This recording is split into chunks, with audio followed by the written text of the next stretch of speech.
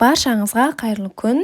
Бүгін сіздермен осындай мужской каприз деп аталатын, өте жеңіл дайындалатын, өте дәмді салат дайындап көрсетемін. Видеоны соңына дейін қараңыздар. Салатты жасау үшін бізге осындай торттың формасы керек болады. Салаттың тарелкамызды алып, оның үстінде формамызды орналастырып, ішіне майонездің аздаған бөлігін құйып шығамыз. Енді ең алдымен піскен етімізді майдалап көбіктеп турап аламыз. Дәл сол майонездің үстіне етімізді бір тегіс қылып қойып шығамыз. Менде тұздалған ет болған соң тұз сеппедім.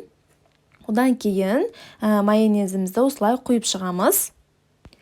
Келесі бізде сәбізді де теркадан өткізіп алдым. Сосын еттің үстіне сәбізімізді тегістеп жақсылап орналастырамыз. Үстіне шым-шым тұз себуді де ұмытпаймыз. Келесі бізде картоп. Бұны да теркадан өткізіп, формамызға салып, тегіс сеп алдым. Үстіне шым-шым тұз сеуіп аламыз. Картоптың үстінен осылай майонезімізді құйып шығамыз.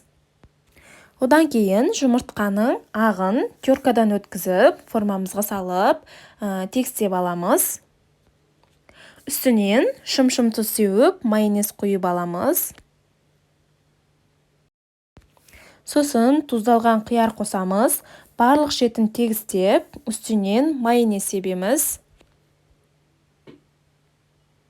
Одан кейін сиырды себеміз. Менде моцарелла сиыры. Сиырды жақсылап барлық шетіне тиетіндей тегістеп, үстіне жаңағы алып қойған жұмыртқамыздың сарысын сеуіп, әсемдеп аламыз. Енді формамызды алмай тұрып, тарелканың жандарын кішкене сүлгімен сүртіп аламыз. Енді формамызды жоғары көтеріп аламыз. Мінеки біздің салатымыз дайын болды. Өте тез дайындалады, әрі өте дәмді болып шығады. Міндетті түрде жасап көріңіздер. Егер видеом ұнаса, лайк басып каналыма тіркеліңіздер.